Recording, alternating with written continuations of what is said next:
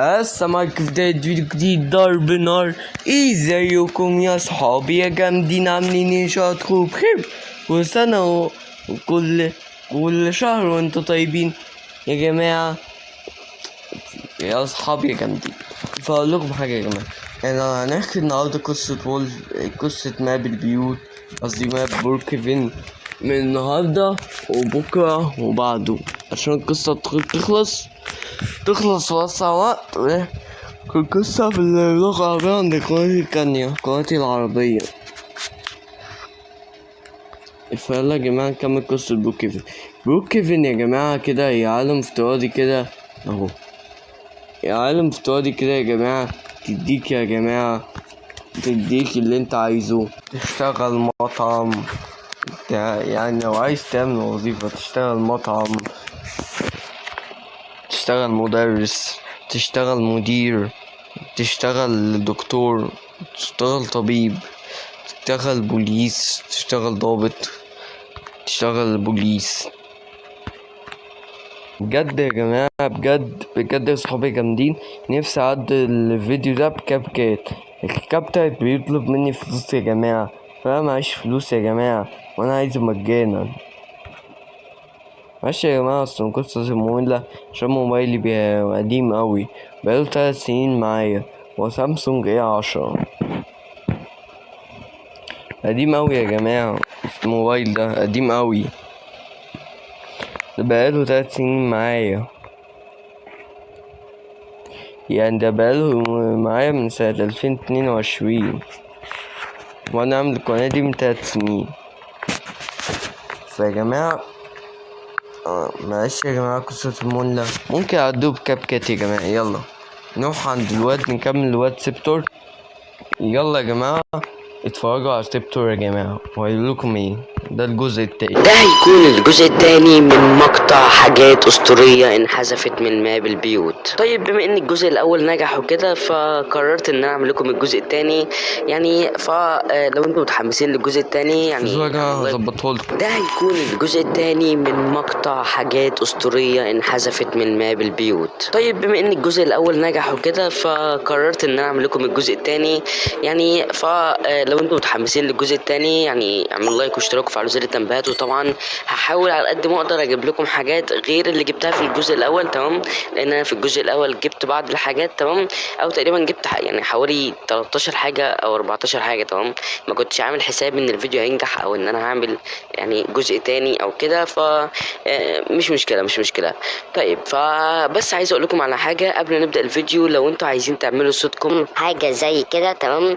او لو عايزين تعملوه برضه حاجه زي كده، فما عندكش غير حل واحد وهو اجمد حل. ومعانا في فيديو النهارده برنامج اي ماي فون ماجيك مايك اي اي فويس تشينجر. طيب البرنامج ده مغير اصوات، ولكن مش مغير اصوات بس، لا ده بيعمل لك حاجات تانية جامده، يعني جامده جدا.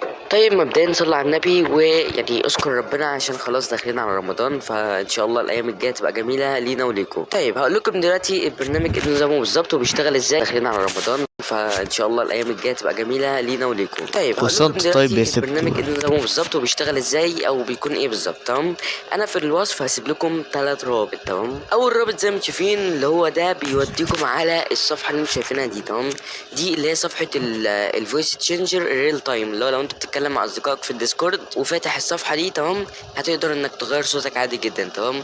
ولكن انت هتدوس على اللي هي فري داونلود عشان تنزل البرنامج. وبعد ما تنزل البرنامج هتخش على اللينك التاني لو انت عايز تعمل الصوت اللي انا هقول لك عليه دلوقتي. زي ما انتم شايفين الصوت اللي هو اللي اسمه ليستور او الليستور، تعلموا منه، مش عارف اسمه ايه ده، تمام؟ ده بيحول الصوت من كده ماجيك مايك ذا بيست لكده AI voice changer. فلو انت عايز تعمل صوتك كده اقرا الخطوات اللي هنا واعمل الخطوات اللي هو هيقول لك عليها. بالنسبه بقى لللينك وهتلاقيه بيجيب لك بقى واللي هو بتاع خلاص ما تتعلموش منه. تمام. عايزين نكمل القصة في وسط قلت لكم عليها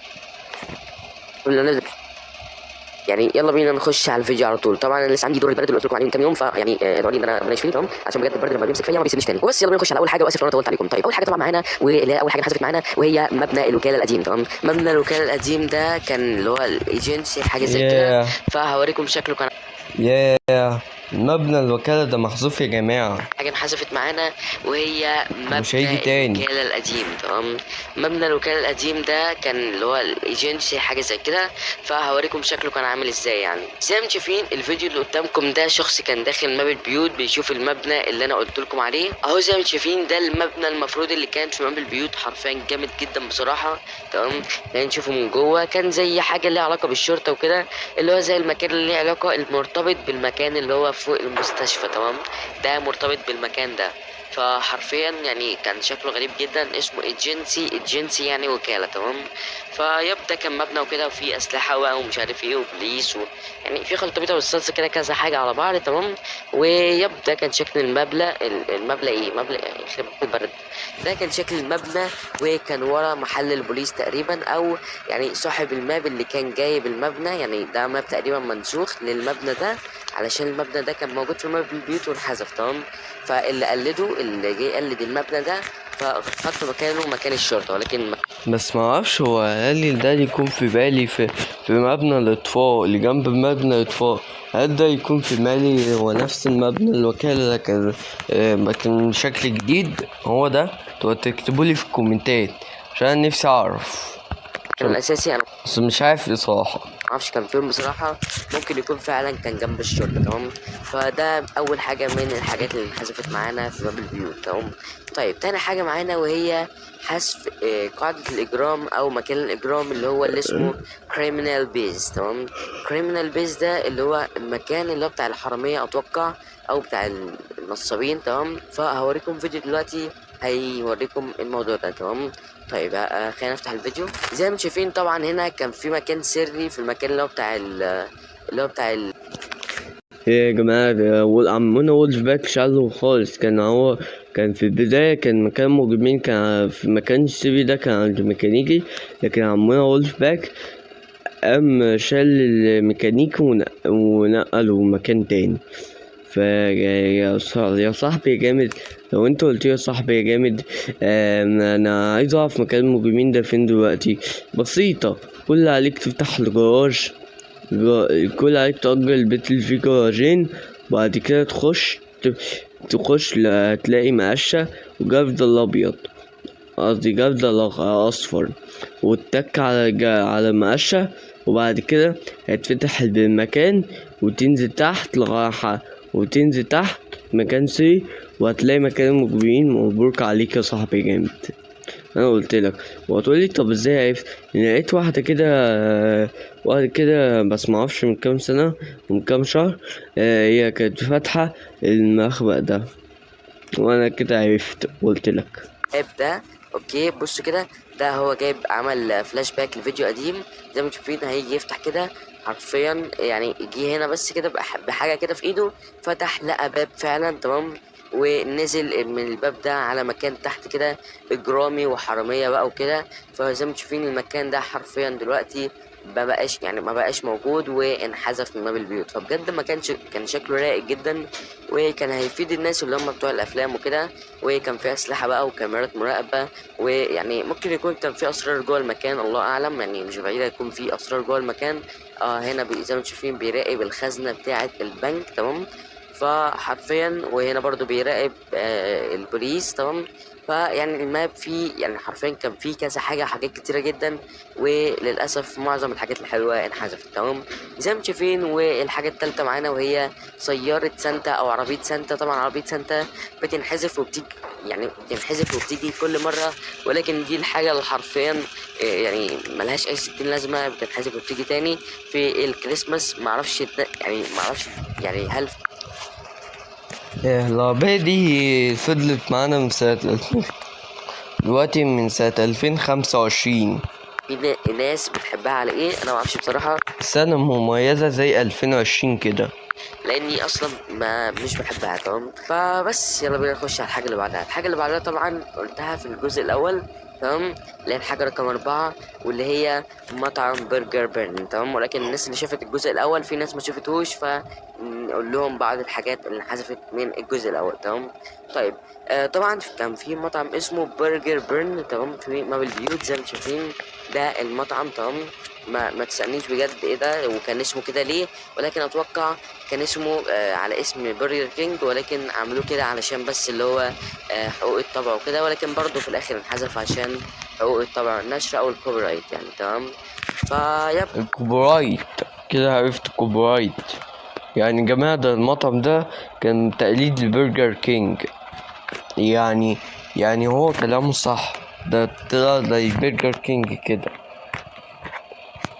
برجر بيرن، لكن شال. وفي ديسمبر 2024 السنة الكبيسة دي يعني في شهر ديسمبر 2024 في يوم جمعة 6 ديسمبر رجع في الكريسماس مطعم برجر تاني بقى مكان مطعم ذا بريك. يعني مطعم برجر بين رجعنا بس بشكل مختلف. دي كانت اول حاجه، يعني دي كانت رابع حاجه، ونخش على خامس حاجه. وخامس حاجه برضو قلتها لكم في الجزء الاول، لكن هنقولها تاني للناس اللي ما شافتوش، وهي الزحليقه اللي هي حرفيا اللي كانت جامده جدا. التزحلق ده اتشال من زمان، يعني ولكن للاسف برضو حذفوها، اللي هي كانت عند البحيره اللي انتم شايفينها قدامكم دي. بتختار لون كده، بعد كده بتقعد تنزل نازله طوله كده، وفي الاخر بتقع في الميه او بتقع في جنب الكامبينج وكده. فنفسي بصراحه يرجعها تاني. تمام. يعني لو رجعت في ناس كتير جدا دي احلى ترجع حاجة تلعب يا اللعبة تاني، جماعة. لان كان في ناس حرفيا من كتر الفراغ بيخشوا يلعبوا بالزحلات دي ويطلعوا تاني. انتوا متخيلين الفراغ وصل لايه؟ فمش عارف بصراحة ان في ناس كده ممكن تكون يعني ممكن تكون كده فعلا ولا لا، ولكن يلا بينا نخش على الحاجة اللي بعدها. الحاجة اللي بعدها وهي ان كان في طابق اعلى، يعني طابق اعلى البقالة. تمام. او اللي هو يعني فوق السوبر ماركت في ماب البيوت، ولكن برضو انحذف. تمام. وهوريه لكم دلوقتي. تمام. فطبعا كلنا عارفين اللي هو البنت هاوس او البيوت الاضافيه اللي هي بتبقى يعني في المكان الفيديو ده. مش بتاع كده عشان هيخلص. عندي برد اللي هي في المكان ده. تمام. طيب طبعا يعني هو كان مصور هنا زي ما شايفين البنت هاوس كان طالع، فعمل فلاش باك للدور اللي هو ده، اتوقع اللي هو بتاع البقاله ده، وجاب بقى زمان الماب كان عامل ازاي. تمام. بصوا بقى زمان كان عامل ازاي. كان في دور فوق كده فاضي حرفيا ملوش اهل يسالوا عليه. تمام. ده كان موجود كده مكان اللي هو فعلا ملوش اهل يسألوا عليه. البنت هاوس. تمام. فاللي هو زي ما شايفين مكان فاضي جدا ما فيهوش اي حاجه خالص. فما اعرفش بصراحه كانوا عاملينه ليه، ولكن اتوقع لما جم يطوروا المكان ده عملوا اللي هي يعني قفلوا المكان اللي تحت خالص، ويعني عملوا فوق بقى بنت هاوس وكده. تمام. اللي هو بنت هاوس اللي هو بيت كده، يعني بيت ولكن فوق السوبر ماركت. فاهمين؟ اعذرونا عشان البرد اللي عندي، ولكن ان شاء الله خف يعني قريب. طيب الحاجه رقم 7 معانا وهي حذف الافكت ايكون او الافكت ويدجز اللي موجود في بروك هيفن. تمام. زي ما شايفين هنا الايكونز اللي على اليمين او الشعارات اللي على اليمين كان بيبقى فيها افكت كده ريمبو. تمام. او افكت كده ار جي بي، ولكن الافكت ده اتشال، ودي بصراحه كانت حاجه جامده جدا. انا بهتم بالاشكال بصراحه، بهتم بالمنظر بتاع الماب وكده، فبصراحه كان شكله احسن بكتير من دلوقتي. تمام. لو يرجعوه تاني فهيبقى شكله جامد جدا بصراحه، ولو انت معايا في رايي ده فاتمنى تكتب لي في الكومنتات. تمام. طيب الحاجه اللي بعدها معانا واللي هي في ورد انحذف، او اللي هو تغيير اللوبي بتاع ماب البيوت. تمام. فحاجه ممكن تكون تافهه، ولكن انا لاحظتها. حد يا جماعه يعرفني ايه تغيير اللوبي ده؟ تمام. زي ما شايفين دلوقتي قدامكم ده يعني فيديو للوبي عادي جدا. ده للوبي اللي هو اللوبي الطبيعي بتاع ماب البيوت. تمام. اللي هو عادي جدا اللي احنا بنشوفه دايما. تمام. ولكن زمان هو جاب فيديو لشخص قديم. تمام. كان واقف بعربيه الشرطه وعدى من على المكان. زي ما شايفين كان في هنا ورد بيلمع كده بينور لون ازرق ولون احمر واخضر وازرق واحمر وكده، فكان في اللي هو كذا الوان. اللوبي كان متغير، واللوحه اللي هي بتاعت التعليمات كانت لسه موجوده زي ما هي، والنافوره، ويعني كان في شكل متغير في اللوبي، والارض كان فيها حاجات حمراء يعني احمر فاخضر وكده، يعني كان في تنوع في اللوبي. تمام. ولكن انا بصراحه شايف ان اللوبي بتاع دلوقتي احلى وامتع بكتير. تمام. فين يا سبتول؟ انت خليتني اطول الفيديو مع الناس. الناس. معانا وهي مكان المكتب القديم او مكان الاوفيس القديم تمام. الله فطبعا مكان العظيم. المكتب القديم هوريه لكم دلوقتي شكله كان عامل ازاي، وتقريبا في نفس الفيديو برضو اللي احنا فيه. طبعا كلنا عارفين المكتب اللي هو ده اللي هو الموديلنج ايجنسي تمام، اللي هو اللون الوردي، بتخش تعمل مقابله لو انت مثلا رايح تقدم على شغل وكده، فبيكون مكان شبه ده بالظبط تمام. ولكن هل كنت تعلم ان في الماب القديم كان شكل المكان ده حرفيا يعني حرفيا كان شكل المكان بجد تمام. في ناس ممكن تشوفه احلى من المكان اللي موجود حاليا، ولكن زي ما بس شايفين الحاجات دي هو طارت ده يا جماعة. شكل المكان القديم طارت. حرفيا. هو ده تقعد على المكتب كده، شكله غريب جدا بصراحة، والأوضة يعني عادية جدا تمام. ولكن بتاع دلوقتي المكتب بتاع دلوقتي فيه تطور أكتر، أنا شايف كده بصراحة. فلو أنت شايف كده برضو اكتب في الكومنتات. و ده زي ما شايفين ثواني كده، ده اللي هو المكتب اللي كان موجود زمان تمام، اللي هو اللي انتوا شايفينه ده. فنخش بقى على الحاجة اللي بعدها، والحاجة آخر حاجة معانا تمام، واللي هي كان في مطعم فوق يعني فوق البقالة تمام، أو فوق السوبر ماركت، ولكن المطعم. برضو انحذف. طبعا شفنا كان في طابق المطعم تمام وكان موجود، ولكن دلوقتي هنشوف يعني المطعم تمام. طبعا اللي انت ما كنتش تعرفه ان كان في مطعم اسمه ساني ريستورانت، اللي هو الجروسري، كان موجود تقريبا في الطابق اللي ما كانش ليه لازمه، اتوقع كان موجود تمام، اسمه ساني از ريستورانت تمام. فيب زي ما شايفين كان مطعم بصراحه شكله نضيف جدا تمام. مش انت لسه حكيت عليه؟ يعني كنت تيجي انت كده انت وواحد صاحبك او واحد صاحبتك وتقعدوا هنا تاكلوا، وحرفيا كان المكان شكله شيك جدا، وتقريبا ده كانت اكتر حاجه مطوله في البيوت زمان اتوقع يعني. فبس دي كانت كل الحاجات تقريبا اللي انحذفت معانا، ولسه في حاجات كتيره جدا على فكره. لو حابين ان انا اعمل لكم جزء ثالث لو الفيديو ده نجح تمام ووصلتوا مثلا 3000 لايك، فماشي ممكن اعمل لكم يعني فيديو تاني او جزء ثالث يعني للموضوع ده تمام. ولو عايزين بقى افكار عشوائيه او منوعه في ماب البيوت فاكتبوا لي في الكومنتات، وان شاء الله هنعمل لكم فكره. ولكن عايزين وبس كده يا اصحابي يا جامدين، ان شاء الله نكون وصلنا لحد هنا. ما تنسوش اللايك والاشتراك في القناه، ولا يطلع لكم من تحت سرير. يلا يا جماعه اكتبوا لي كومنتات كتير وادوا لي وجاوبوا على الاسئله دي يا جماعه، وتجاوبوا وتقولوا لي وانت عرفتوا ولا لا، وتقول لي تكتب لي كومنتات كتير. وسلام.